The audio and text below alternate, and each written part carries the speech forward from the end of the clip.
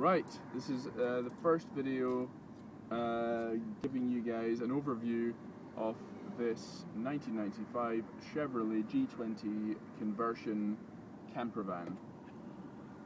It is the 13th of July 2013. It's a very, very hot Saturday. I think it's projected to get to about 31 degrees today. But it's nice and cool in here because you've got the air conditioning on. It's not even set high, but it's ice cold coming out of all the vents. So this is a 1995 Chevrolet G20. It was imported from the US about 5 years ago from Arizona, so it came from a dry, hot state. It's done 137,000 miles. It's got the Chevrolet 5.7 litres, that's a 350 cubic inch V8 petrol engine. It's the most reliable power unit Chevrolet have ever made. So I think that engine was pretty much produced from 1968 until, well, in the small block form until the kind of mid-90s, and then they switched over to like the LT1 and things like that, where it got a bit more complicated. But this is the simple small block Chevy 350. It's got throttle body injection. So up until I think 1992, they came with carburetors, but this one's got throttle body injection, computer controlled, so it's a bit more economical on petrol. And yeah, it's got computer control, so that takes care of variations in petrol grade and things like that, which is fine. It's also got an LPG conversion on board. It's I think an OMV, or an OVL LPG conversion. So it's got the original petrol tank that I think is about just short of 100 litres. It's also got two LPG tanks, so it's got a cylinder tank underneath, which I'll get pictures of later. It's got a cylinder tank underneath and a donut tank under the collapsible bed at the back, where I think the spare wheel used to be mounted internally, but that's now on a holder on the back door. So yeah, so I think the total LPG capacity is about 130 litres, and it's got about 100 litres of petrol as well, so it's got very long range. It's also got stainless steel exhaust that was fitted by the previous owner. So I'm running on petrol at the moment. I'm just taking it to get some LPG because the LPG is low. I generally run it on a mixture of petrol and LPG. I always start it on petrol and run it on petrol until it's up to temperature, and then switch over to LPG, and I always switch it back to petrol just before stopping the engine, because I think the lubricants in the petrol are good for the engine. It's an older single point fuel injection system, but I get the LPG serviced annually, so I had it serviced last month. The guy said it was in tip-top condition, no issues, and I've just driven it to Italy and back, primarily on LPG for that trip. So I had no issues. So I got it serviced just before taking it over to Italy. Just taking up the A41 now to get some LPG, and to also take it to the car wash, give it a bit of it's not dirty, but just give it a bit of a wash before I take some pictures of it. So we're doing 55 miles an hour now. It's accelerating. All the windows are down, so you're getting quite a bit of wind noise. 65 miles an hour. Just turning the cruise control on now. So that's the cruise control activated. Not touching the pedals, it's maintaining a steady speed. We don't have a rev counter, so I can't tell you how many revs it's doing. But engine temperature solid. Oil pressure's steady. Voltmeters on 12 volts, just under 12 volts. Speedo is solid at 65 miles an hour, and we're at 137,647 miles. Yeah, so that's it for now. I'll do another video in a sec, doing a walk around of the vehicle, looking inside, looking at the bed, etc. Thank you. Right, I have just washed the Chevrolet G20 van. So I'm just driving up to a little village called Chipperfield that's up the road from us to get some nice pictures of this. So I've also just filled up an LPG, well not filled up, but I've put some LPG in. So it's 70 pence a litre, so So a significant saving on petrol. There's a very, very slight drop in power. So I've got a stone in the tyre, you can just hear it going chee-chee-chee-chee-chee-chee. I just picked that up a few miles ago. But yeah, so it's significantly cheaper than petrol. So I certainly use, as I was saying earlier, I always start it on petrol, I always stop it on petrol, but I'll cruise. I mean, if I'm only going down the road, I won't even bother switching to LPG. But if I'm going any distance, I'll go on to LPG. So absolutely no difference. So actually, so I'm on LPG now, right, and I've just switched to petrol. So there's a very, very slight change in the tone of the engine. Also, the smell of the exhaust is slightly different as well. LPG's got a little bit more of a kind of, I don't know, slightly organic smell. Whereas petrol's got a beautiful petrol-y smell. Anyway, so just switched back to petrol. God, that stone is quite annoying. But anyway, hopefully you probably can't even hear it.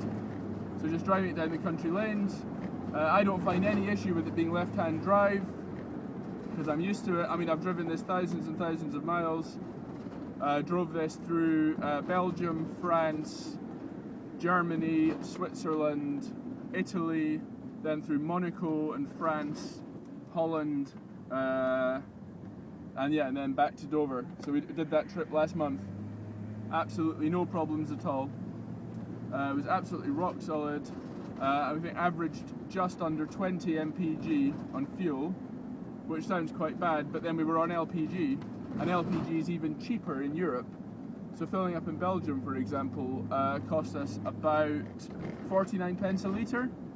So it's absolutely super cheap. And with the big tanks, we absolutely filled it up in Belgium when we arrived, and then we filled up in Belgium again before we went home, because it's a bit more expensive in the other countries. But Italy and Belgium are very cheap for LPG.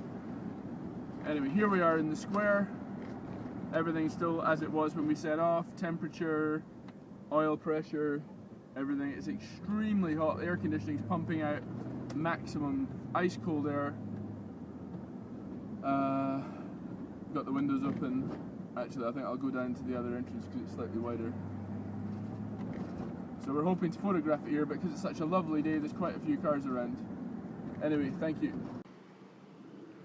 Right, next clip around my Chevrolet G20 conversion camper van. Sorry, it is incredibly hot. I think it's about 30 degrees. So here are the keys. Had these made up. There's some original. So I've got 3 sets of keys for this. So I ordered these from the US. Some original GM blanks.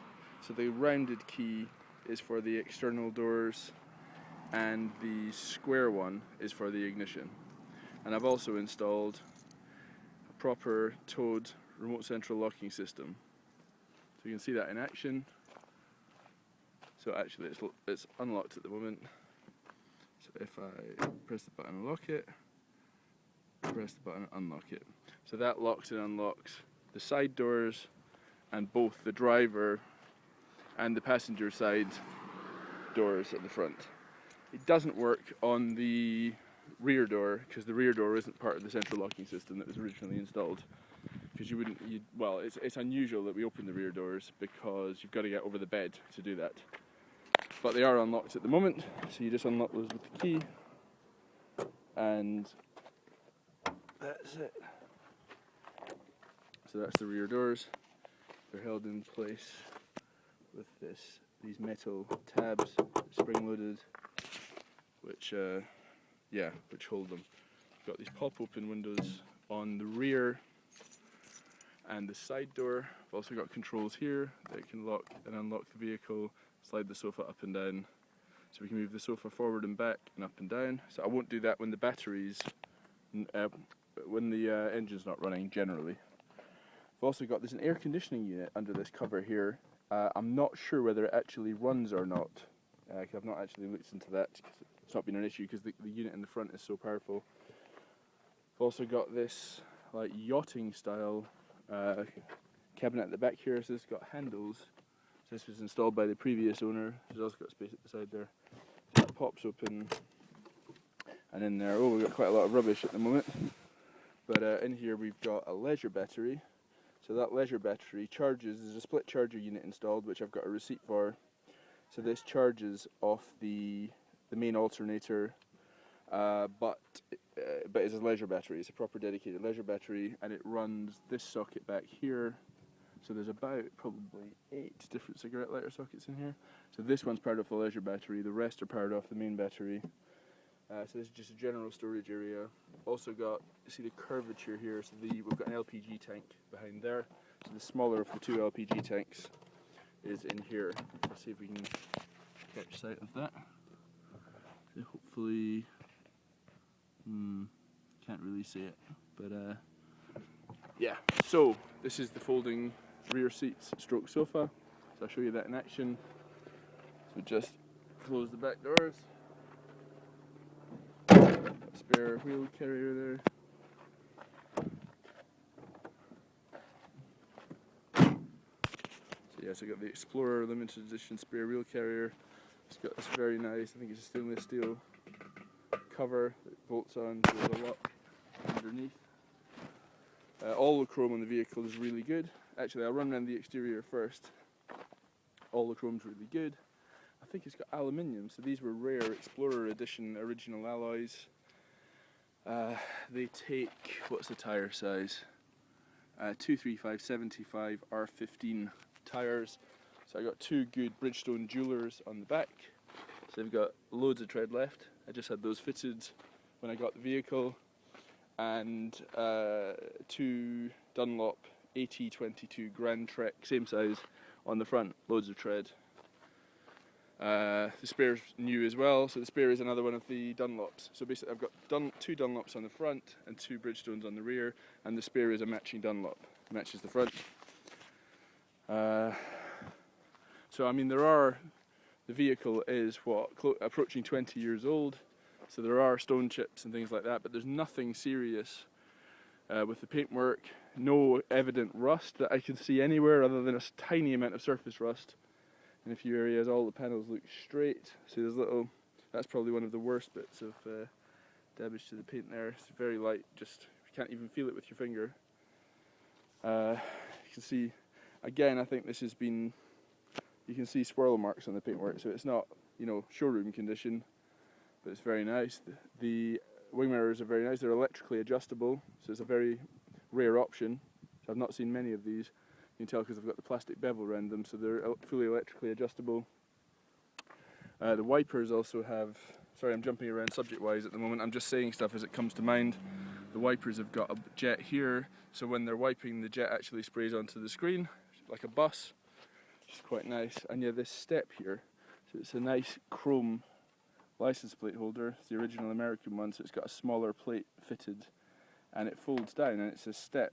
So I'll try and show you. It's a step that you can stand on for cleaning the windscreen, so it lifts you up off the ground, which is quite cool.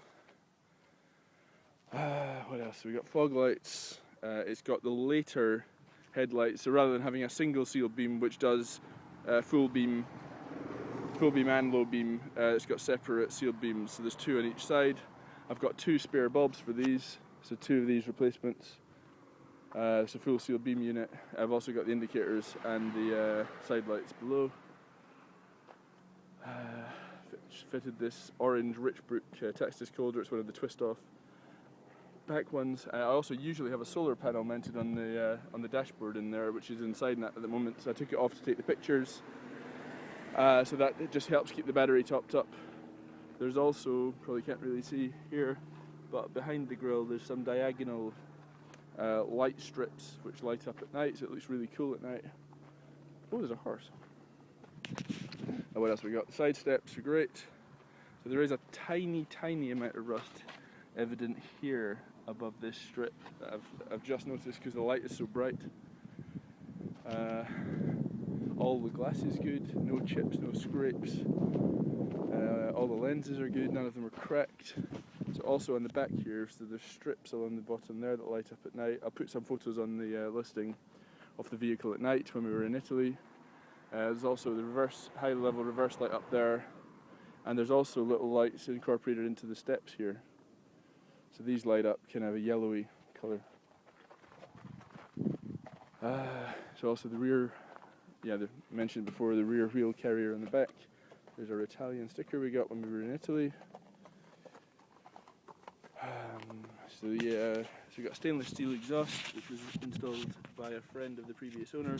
So he was a racing car driver, or a retired racing car driver, and he used this vehicle for going to race meets. And he got a friend to fabricate this stainless steel system, so it goes about half the way back to the front.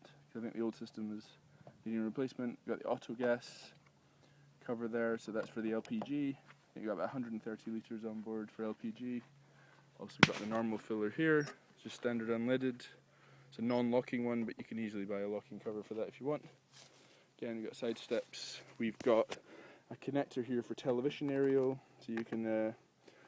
So I do have at home. You've got a TV aerial that slots into here and comes up, and then the cable runs round the side and plugs in here.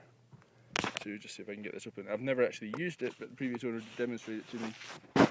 So there's a connector here for, I think, like an aerial, and I'm not sure if one's for like a mini satellite dish possibly. And then there's a cable comes out on the inside to go into the television. Also got the hookup point here, which I've made extensive use of on our travels. So that just pops open, and you got the standard 20 amp hookup connector. So I've also got a cable. I've got a 20 or a 25 meter cable, which I don't have with me right now, but that's included in the sale. The windows are all great, really good condition. They're reflective, like privacy glass, so you can't really see in unless you get right up on top. And these windows at the bottom here slide open, but there's like mosquito, like insect netting behind them, so the glass slides back, but you've still got netting, and then you can also slide the netting back if you want as well. So every single window opens. Front windows are electric. So what else we got? So the aerial's electric, so that comes up automatically when you turn the stereo on. Got some pictures under the bonnet already, but I think we might want to go inside now. So we go into the driver's side. We've got lots of beautiful wood panelling, very heavyweight, absolutely, rock solid, solid metal, nothing flimsy, nothing soft or pliable. It's all very, very solid. So the driver's seat's very good condition. It's like an armchair. So these arms come down, go up. There's also the driver's one is electrically adjustable, so you can move it up and down, forward and back, and tilt it up and down. It's also height adjustable. So there is a connector here under the carpet. So sorry, you can see this grey area here. So I've got, which I don't have installed at the moment, but there's a cool box. So it's not electrical. It's just literally lined with polystyrene, and it's wooden. A cool box that clips here. So there's clips there and there, which screw in, and then the cool box attaches here like an armrest in the middle. But I removed that because then you can walk from the back through to the front. And we also had the proper fridge there, so we didn't really need the cool box. So there's a look into the back. Got switches up here. So if I just get in for a sec. Yeah, so we got switches up here, putting like map lights on and off, indirect lighting. So that puts the LED lighting on in the back, which you can barely see in this light, but it's very, very nice at night, very soothing. We've got fog lights. That's the front fog lights. The rear fog lights were installed when the vehicle was imported, so the rear fog light switch is here, along with the main lights, which again there's no point in putting those on in this because you won't see them at all, but I will install put some pictures onto the listing. Also the sun visors have got, they clip onto the top, and depending on the angle they're at, they illuminate, so that's the drivers and the passengers. What else we got? So fog lights, rear radio, that activates the 12 volt sockets in the back. So there are 3 of them above the driver's area here that I'll show you in a sec. This doesn't power the one in the rear because the one in the rear is wired directly into the leisure battery. There's also a little cubby there that I keep my sunglasses in. There's 2 other cubbies here, so I keep that's a shell that we got while we were on our travels. Just keep little things like petrol receipts and stuff up there. Also got the lighting here. And then on this side we've got the wall lights. So these switch the uplighters in the back. There's 2 on that side and 2 on that side. They're also independently switched, but basically these are a master switch. So you put these on and then the lighting in the rear is powered. Also, so we've got the electric. So the electric windows won't work while the ignition's off, but I can show you those in a sec. Also got the central locking switch that'll lock and unlock the vehicle, and a very solid grab handle. Also got the little fabric pocket there. So we've got the handbrake release. So if I shut this, actually I'll keep the door open so that I've got some light. So we've got the handbrake release there. So you pull this and it releases the handbrake, and then push that pedal down to put it back on. So I do have a Jeep steering wheel. So this is so long story behind this. So the steering wheel that was fitted with this vehicle originally had an airbag, but because of the age, the airbag didn't function, and it was in very bad condition, and the airbag was all damaged, and I basically didn't feel confident driving with that. And the airbag's just a plug-in extra. So I fitted this. So I obtained this steering wheel. So Jeep and Chevrolet used to share steering columns. So this steering column would be very familiar to anyone who's got a like 80s, early 90s Jeep Wrangler YJ. So this steering wheel came off a Jeep Wrangler YJ. It's very solid, very nice Jeep steering wheel. So, and it matches brilliantly the interior. It's absolutely beautiful, mint condition. So I got this from America, mail order. It's a very easy job to switch it over. So that's installed. It also is I find this much nicer. It's slightly smaller than the original steering wheel, so it gives you nicer, kind of more racing driver control, and it also gives you better visibility of the column position, because the airbag steering wheel obviously was an afterthought, because the year of this vehicle was the year that airbags were introduced. So they just bolted a massive, huge American airbag on here that basically obscured half the dials and the column position view. So you know it won't let me change out. It's also got a nice kind of old school ignition there. So if I put this in, so I love these old ignitions. So you push it in and turn it to activate, and that turns on all the lights. And then I won't fire it up just this second, but that's the blower started, you can hear. So this is just a little disc for my fitting my TomTom onto. There's the adjuster for the mirrors, so that moves them. So if so that moves them left, right, up, down. We've got the blower controls here. So this is air conditioning, normal. So that's maximum air conditioning, normal air conditioning. Bi-level, I think, does feet and I'm not really sure. I think that does a mixture of air conditioning and non. Then normal, so that's basically air conditioning off. And then blend, I'm not really sure what that does. I generally just have it on vent or normal. So normal is air conditioning, vent is non-air conditioning, just blower. Then you got the blower, speed control. That's off, all the way up to maximum. And then this dial controls, you can't really read the writing on it. This controls the blowers in the rear. So there's little outlets there for the blowers in the rear. Good, you can see the sweat on my arm. I've also got, so there's a bit of a story behind this, that the actual steering wheel horn button doesn't work. So the previous, but I think for some reason, because the wiring wasn't working in the old airbag, so he had a garage professionally install a horn and a headlight flasher switch on the dashboard. So American cars of this vintage generally don't have a headlight flasher. So you could put full beams on as normal by flicking this, but you can't, there's no kind of just way to flash the headlights. So this button flashes the headlights and this button's the horn. Also got very nice Sony stereo installed here, so you can see how nice this unit is in the middle. So it looks a little bit cluttered, it's my camera. So we've got a remote control for the stereo here, so that's velcroed on here. But for the remote control for the stereo, so you can use it. It's easier when you're driving sometimes to reach across because the stereo is quite a way away. So this is a remote control unit basically just for the stereo. So if I put that on now, so there's a hardware switch here, so it's not linked to the ignition. So you could have the ignition on or off, and independently turn the stereo on. And it's a very good system. So it's got, I think I counted about 12 speakers. So the speakers all the way around the back, the big Sony speakers in the back, the speakers in the side. There's little tweeters up here. And there's also, I think, the speakers here as well in the dashboard, I believe. Sorry, you probably can't hear me anymore. I'll turn the volume down. So you can adjust the volume with that. or you can use the physical controls. It's also a face-off stereo if you want. It has a CD, it has a USB port, so you can just plug a USB stick in there with some MP3s on. It's got a normal 3.5mm jack input you can plug in.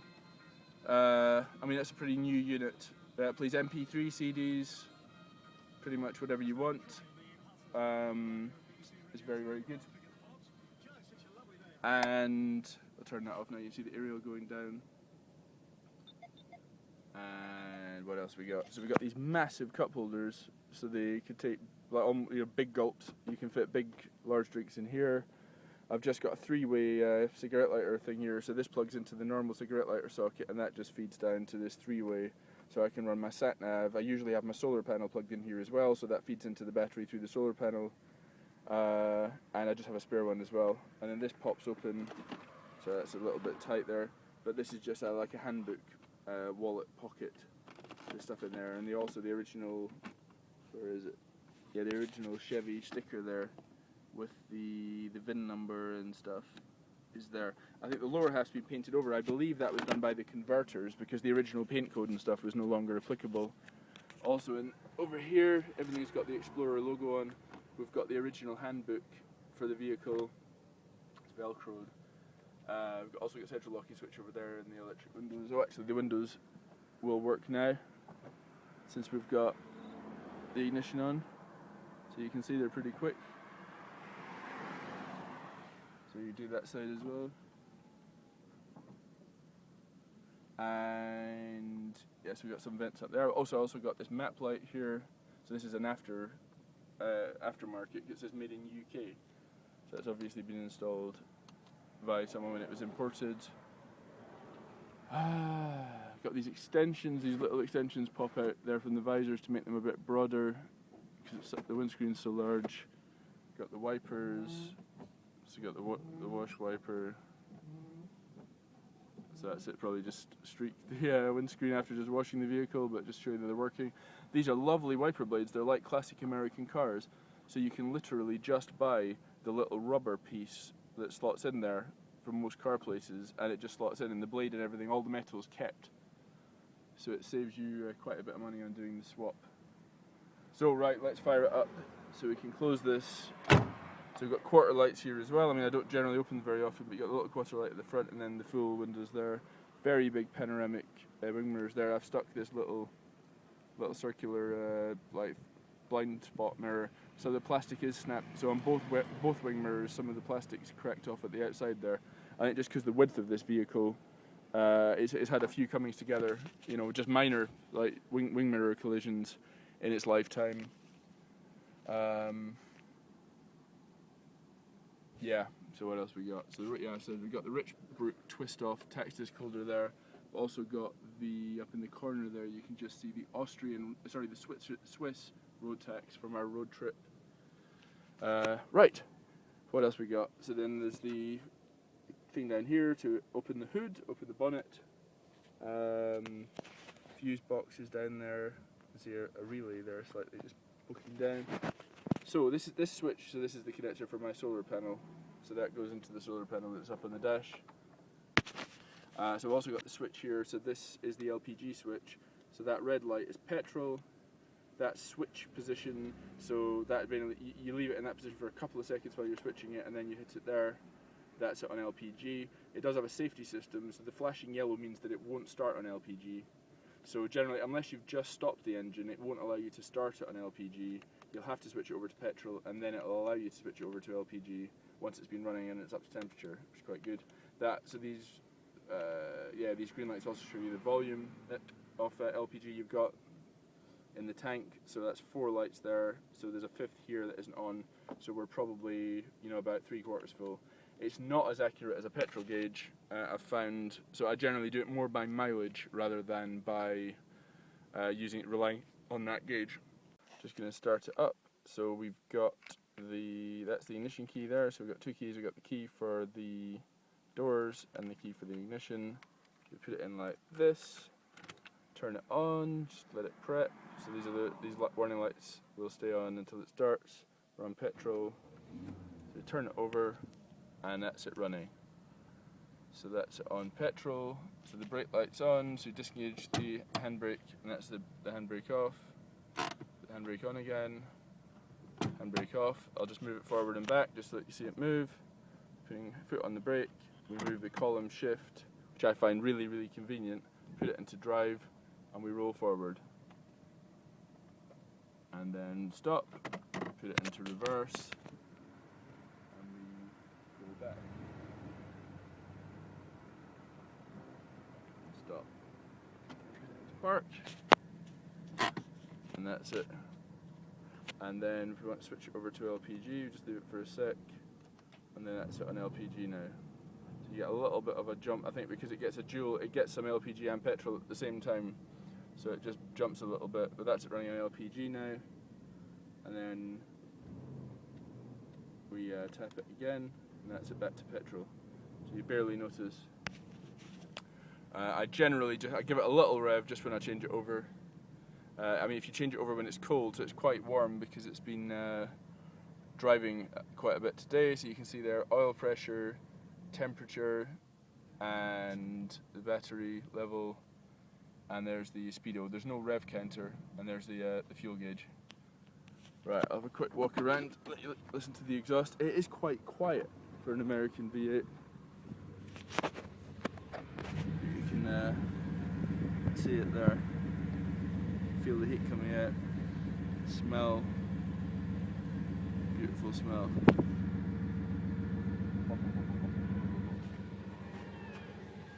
Oh, someone's just done something at the cricket. Just accelerate.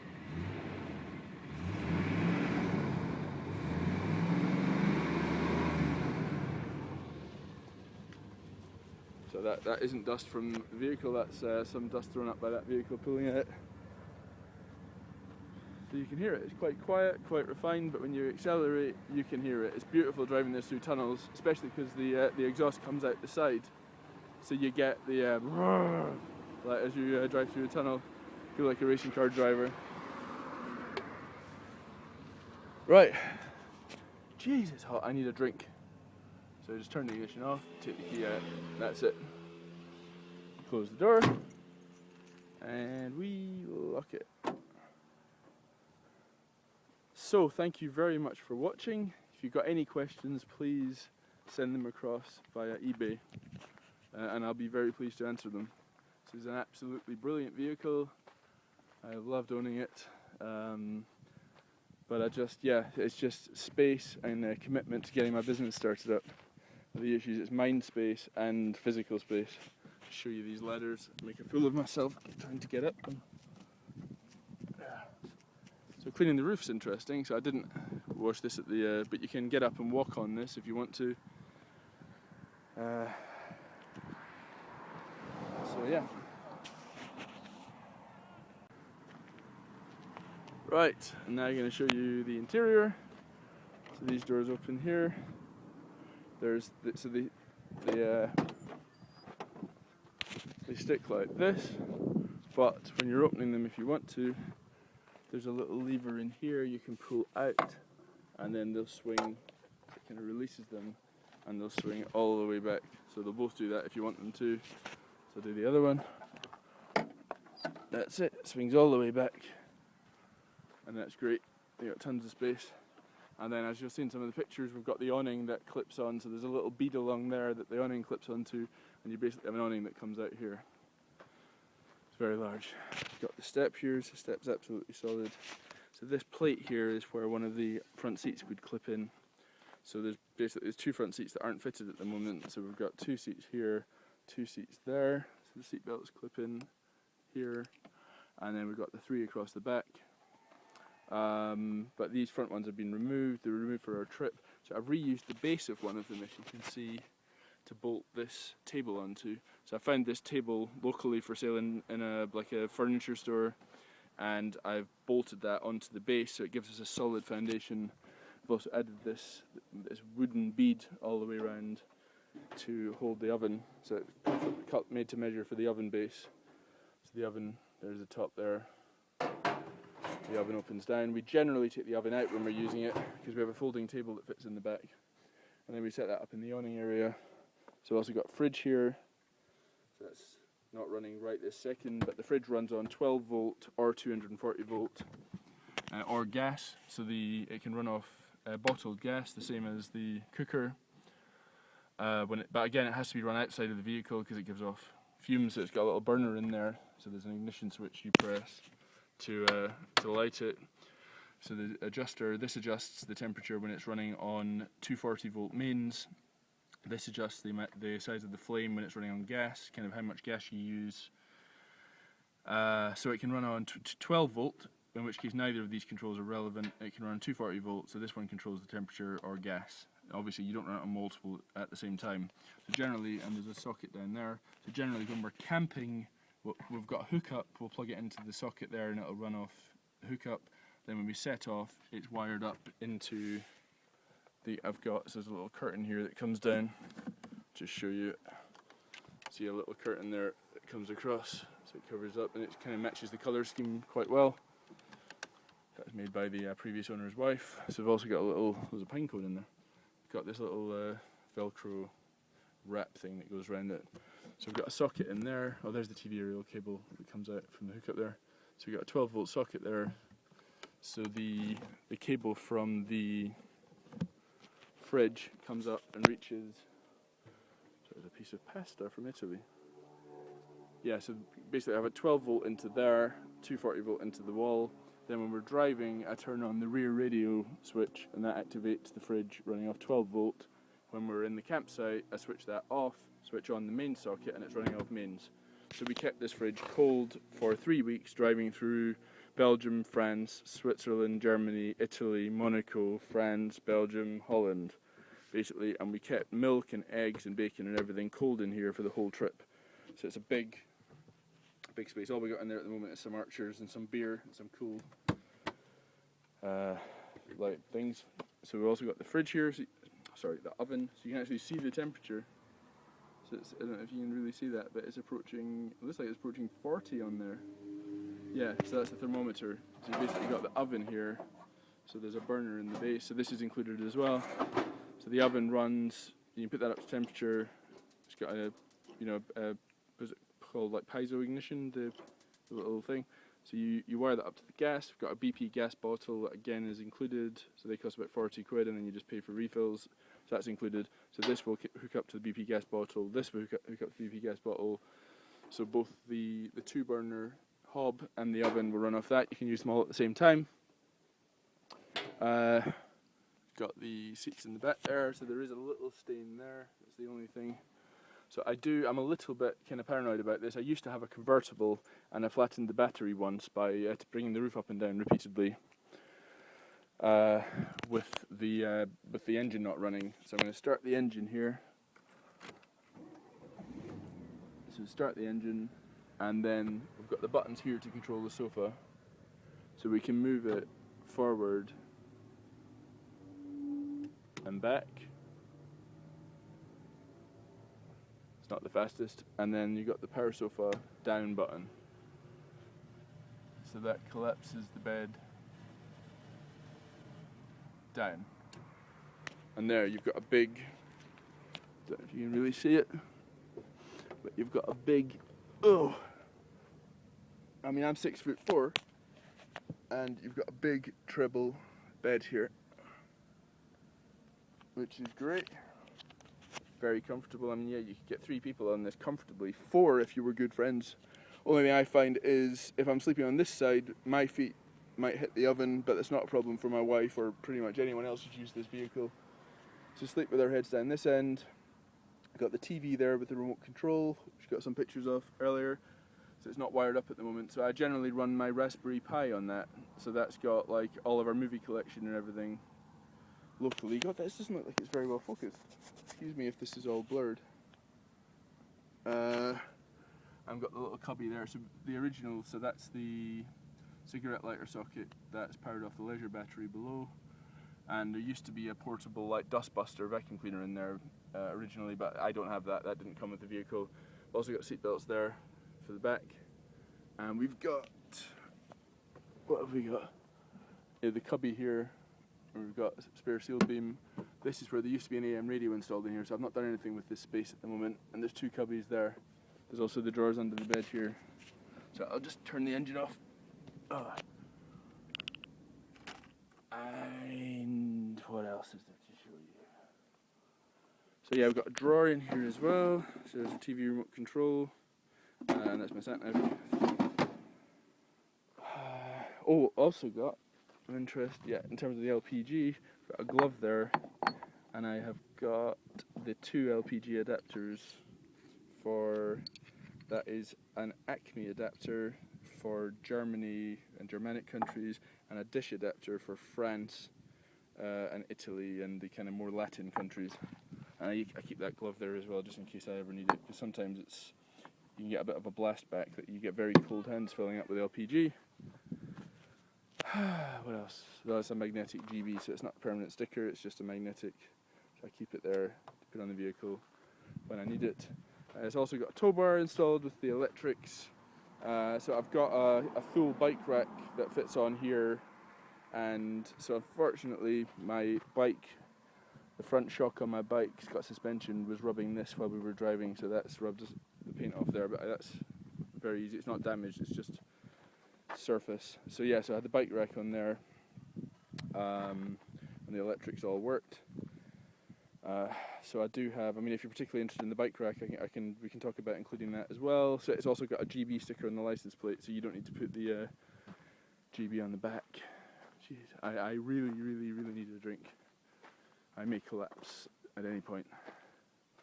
But yeah, I mean, it's an absolutely brilliant vehicle.